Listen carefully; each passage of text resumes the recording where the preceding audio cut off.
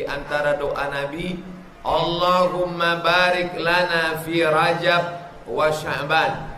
Berikan kami berkah di bulan Rajab dan bulan Sya'ban. Wa ballighna Ramadan. Sampaikan kami ke bulan Ramadan.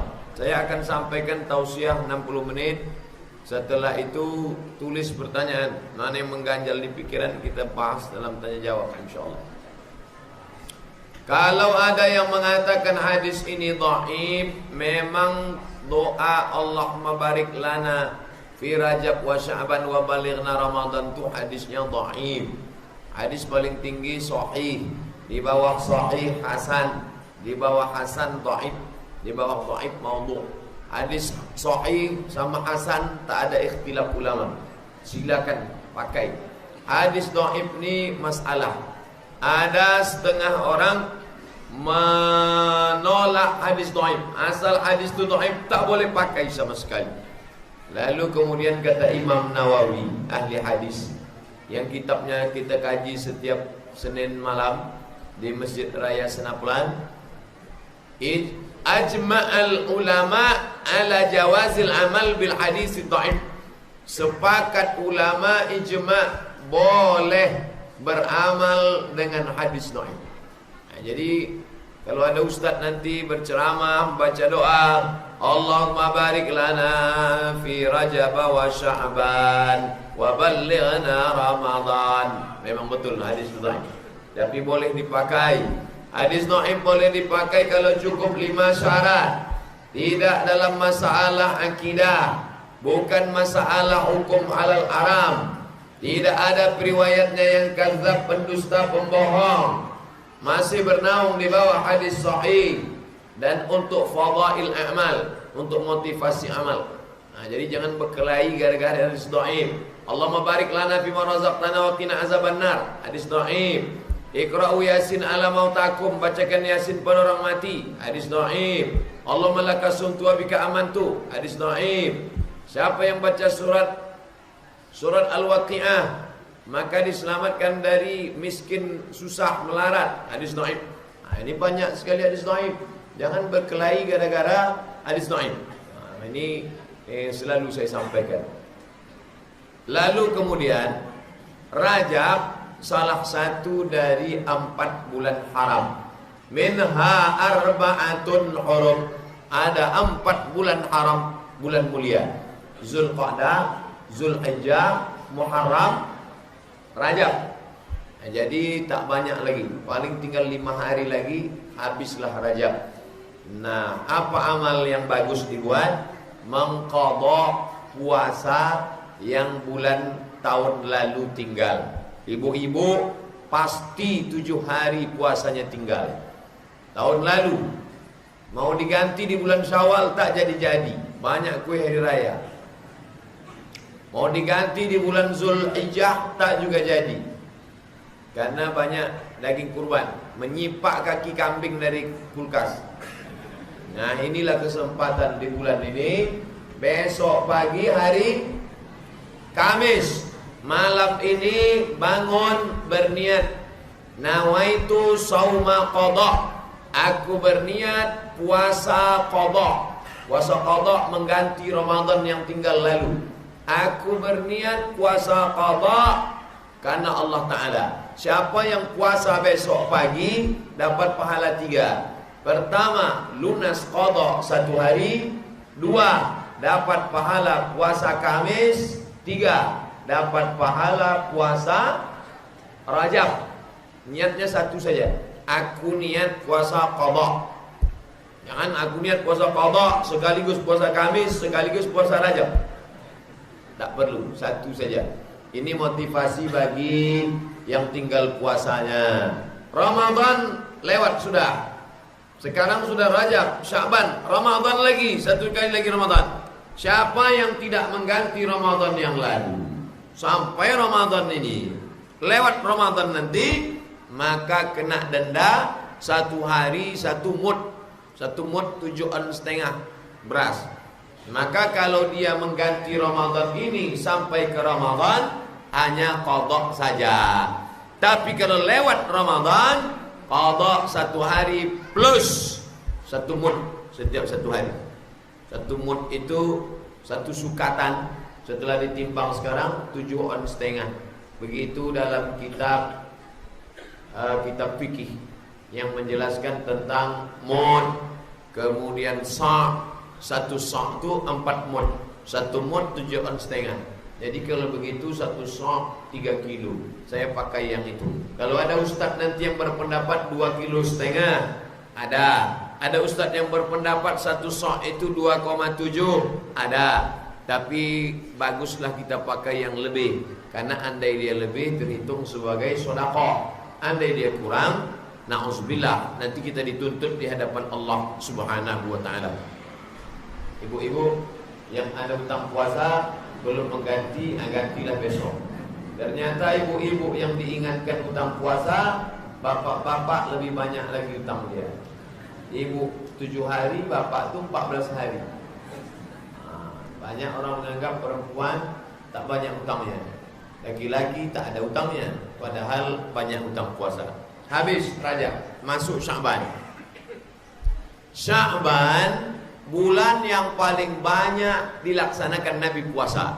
Yang meriwayatkannya orang yang tidur sekamar, serumah sama Nabi, yang tahu Nabi makan atau tak makan. Siapa dia? Aisyah radhiyallahu anha. Kana Rasulullah sallallahu alaihi wasallam yasumu Sya'ban kullahu. Nabi pernah puasa bulan Sya'ban full. Tapi tidak tiap tahun, pernah. Itulah dalil boleh kalau ada nanti orang puasa sebulan penuh. Makna kullahu mu'zamahu, sebagian besarnya. 2 makna. Pertama, kullahu sebagian besar Sya'ban. Ramadan full 1 bulan. Di bawah Ramadan Sya'ban. Di bawah Sya'ban 4 bulan haram. Nah, ini bulan yang paling banyak Nabi puasa. Puasa ini bagus. Di badan kita ini banyak kelebihan gula, diabetes mellitus, kelebihan lemak, kolesterol, kelebihan racun-racun. Karena yang kita makan itu racun. Makan nasi dari padi tumbuh karena disemprot pestisida pakai racun.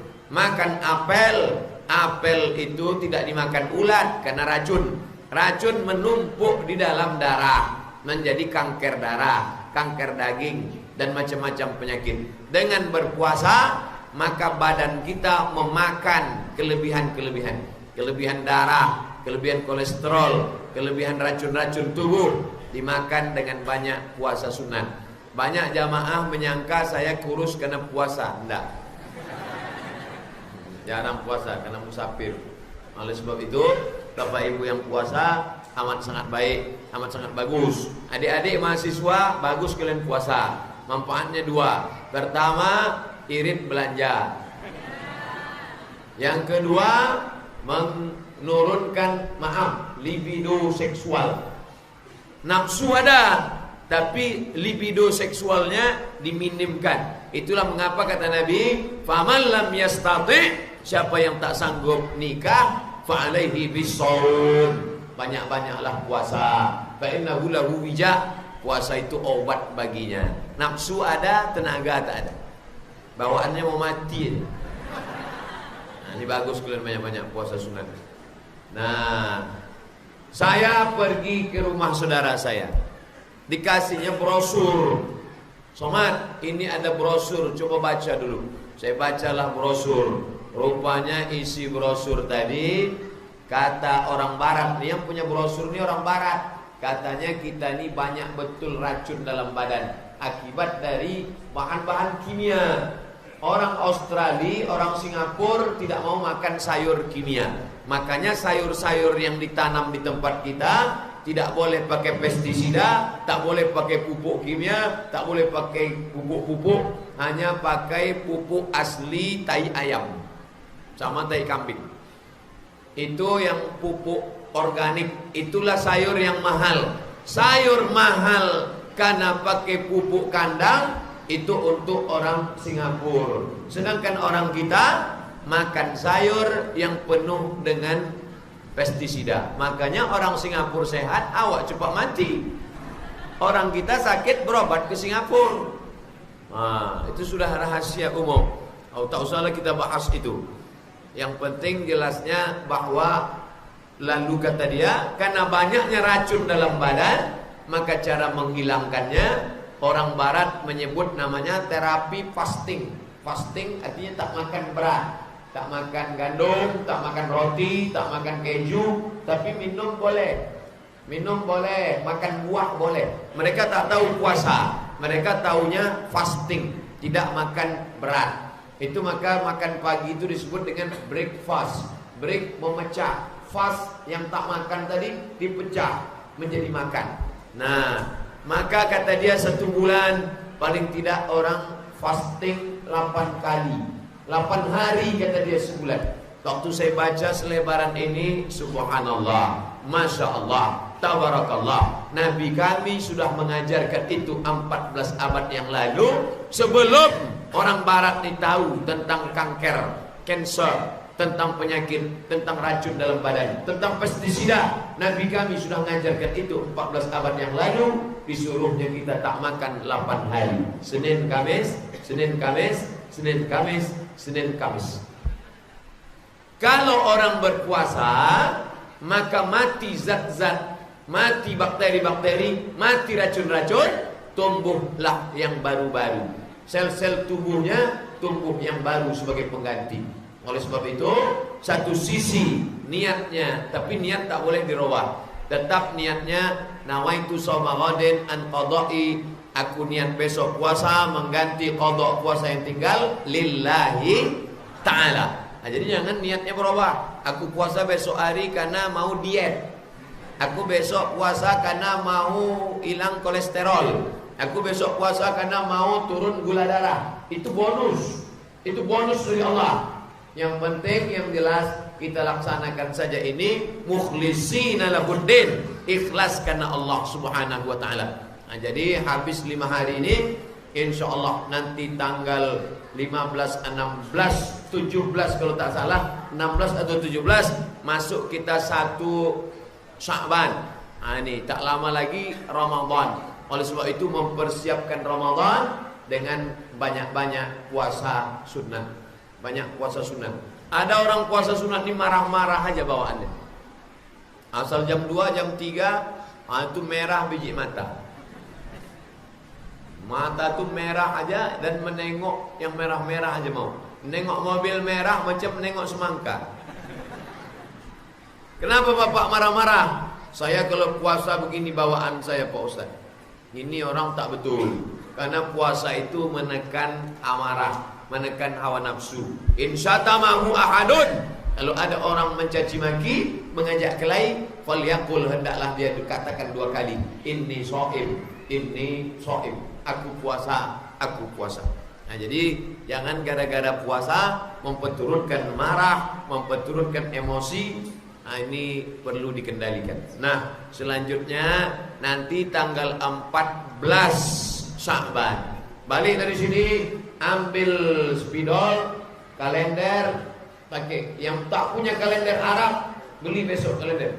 Karena kita berpatokan ibadah dengan kalender Arab. 14 Sya'ban kasih lingkaran. Ngaji ini tak ada gunanya, banyak pengajian-pengajian kalau tak diamalkan. Langsung besok beli kalender yang ada hijriahnya, beli spidol, langsung lingkari. 14 Sya'ban, malam 15, malam nisfu Sya'ban. Apa keutamaan malam nisfu Sya'ban? Ittala'allahu ala jami'i khalqihi lailatan nisfi min Sya'ban. Allah memperhatikan semua makhluknya pada malam nisfu Sya'ban. Fayaghfiru li jami'i khalqihi. Semua yang beribadah, berdoa malam itu diampunkan Allah. Illa, kecuali 2. Pertama, musyrik, orang yang syirik, masih menyembah pokok kayu, masih menyembah hantu, masih menyembah keris, masih menyembah gelang, masih menyembah rantai, masih menyembah batu cincin, masih menyembah setan. Maka orang ini tak diterima Allah doanya malam nisfu Sya'ban. Yang kedua, musahid, orang yang belum berdamai. Antara pengurus masjid belum berdamai dengan bagian konsumsi. karena belum dibayar catering kemarin. Antara jamaah belum berdamai dengan pengurus karena ada yang sakit hati. Nah, ini berdamailah. Jadi malam ini sebenarnya ini malam perdamaian, supaya kita masuk ke bulan Sya'ban, khususnya malam nisfu Sya'ban, dalam keadaan plong bersih. Malam itu dihidupkan dengan ibadah banyak-banyak. Baca Quran, zikir, tahajud, witir, sholat sunat wudhu, sholat sunat taubat, bangun mandi malam. Mandi malam bagus. Kalau ada orang mengatakan mandi malam nanti kena penyakit tulang, itu habis maghrib sampai jam 12, itu tak bagus. Tapi dari jam 1, jam 2 sampai ke subuh bagus. Bahkan ada terapi mandi malam. Nah, lalu setelah mandi itu berwudu, salat sunnat wudu, usolli sunnatal wudu raka'ataini lillahi ta'ala. Caranya macam tahiyatul masjid, iftitah, Fatihah, ayat. Setelah itu salat sunat taubat, usolli sunnatat taubat raka'ataini lillahi ta'ala. Bagi yang mau membuat di masjid ramai-ramai malam iktikaf bagus. Mana dalilnya? Siapa yang membuat? Disebutkan dalam kitab Al-Mawahib Al-Laduniyah, ditulis oleh Imam Al-Qastullani. Kata dia, meramaikan malam nisfu Sya'ban beramai-ramai itu dilakukan oleh kalangan tabi'in. Di antaranya Khalid bin Ma'dan, Imam Makhul. Mereka ramai-ramai berkumpul di masjid negeri Syam. Tapi kalau tidak mau buat di masjid, buat saja di rumah masing-masing. Nanti kalau malam nisfu Sya'ban, anak-anak muda Fodamara, anak remaja masjid dari Masjid Raya Senaplan, ada Irma, Ikatan Remaja Masjid An-Nur, ada FSRMM, Forum Silaturahim Remaja Masjid Mutmainnah, dibuat ramai-ramai, malam iktikaf, mabit, muhasabah, zikir, baca Quran, bagus. Ini amalan-amalan yang baik. Tapi anda tidak ada masjid yang membuat, sendiri-sendiri saja di rumah. Ada orang kalau beramal sendiri malas, tapi kalau beramai-ramai semangat, ikutkan aja dulu. Nah, jangan menunggu orang ramai baru semangat, sendiri tak semangat. Karena kita mati sendiri apa ramai-ramai? Sendiri, kecuali mati ramai-ramai. Walaqad ji'tumuna furada, kau akan mati sendirian. Kama khalaqnakum awwala marrah, sebagaimana kuciptakan dulu kau sendirian, kau pun akan mati menghadap aku sendirian. Begitu kata Allah Subhanahu wa taala. Lewat habis nisfu Sya'ban, di akhir Sya'ban. Nah, ini ada larangan. Izan tasofa Sya'ban, kalau sudah lewat nisfu Sya'ban, fala tasumu, tak boleh lagi puasa. Nanti kalau ada orang puasa, kenapa kau puasa? Ini sudah lewat nisfu Sya'ban, tak boleh puasa. Sudah lewat nisfu Sya'ban, tak boleh puasa. Itu ada sebabnya. Pertama, memang dia tak pernah puasa sunat. Sebelumnya memang tak pernah puasa sunat. Tiba-tiba setelah nisfu Sya'ban baru dia puasa sunat. Itu tak boleh. Adapun orang yang memang sudah biasa, Senin Kamis, Senin Kamis, Senin Kamis, Senin Kamis, lewat nisfu Sya'ban, puasa dia Senin Kamis, boleh, silakan. Atau dia mengqadha. Bapak Ibu yang mengqadha puasa lewat nisfu Sya'ban, ayo makan. Aku tak makan, aku puasa. Mana boleh puasa? Ini hadisnya, idzan tasafa Sya'ban fala tasumu. Kalau sudah lewat nisfu Sya'ban dengan puasa, itu tak boleh kalau puasa sunat. Tapi puasa wajib boleh. Mana ada puasa wajib bulan Sya'ban? Ada. Puasa apa? Puasa qadha, puasa kafarat, puasa menebus sumpah. Siapa yang bersumpah bisa ditebus dengan puasa 3 hari. La yu'akhidhukumullahu billaghwi fi aymanikum. Allah tidak menghitung sumpah yang lara, sia-sia.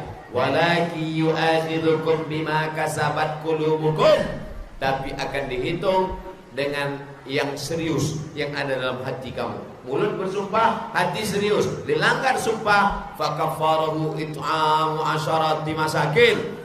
Menebusnya fakafarahu it'amu asyarati masakin. Kasih makan 10 fakir miskin. Au kiswatuhum, kasih 10 pakaian. Au tahriru raqabah, bebaskan budak hamba sahaya. Kasih makan 10, kasih pakaian 10, bebaskan budak hamba saya. Faman lam yajid, siapa yang tak sanggup, fasiyamu salasati ayyam, puasa 3 hari. Makanya jangan mau ditipu dengan sumpah. Ini banyak mau perempuan ditipu dengan sumpah. Suami saya sudah saya sumpah Pak Ustadz, abang kalau nikah sama aku bersumpah tak kawin lagi ya. Iya, itulah dia tak tahu. 3 hari puasa selesai. Perempuan tak mengaji, mau ditipu. Oleh sebab itu maka ini puasa, tapi jangan main-main sumpah.